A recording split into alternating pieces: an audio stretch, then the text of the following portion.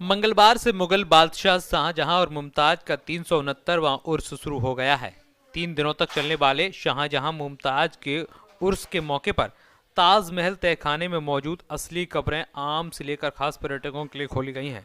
कब्रों पर चादर पोसी हुई, फातहा हुई और दुआ मांगी गई।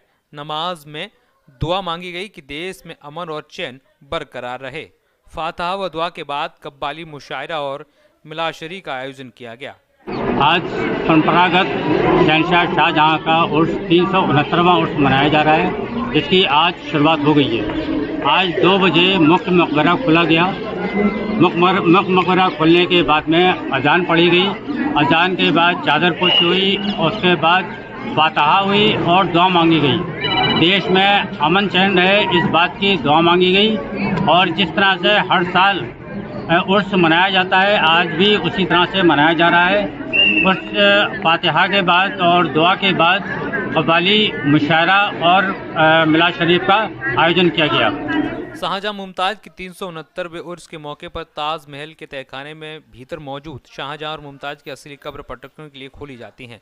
यह असली कब्र शाहजहां मुमताज के उर्स के मौके पर ही साल में सिर्फ एक बार खुलती है और सभी लोगों के लिए प्रवेश बिल्कुल निःशुल्क रहता है।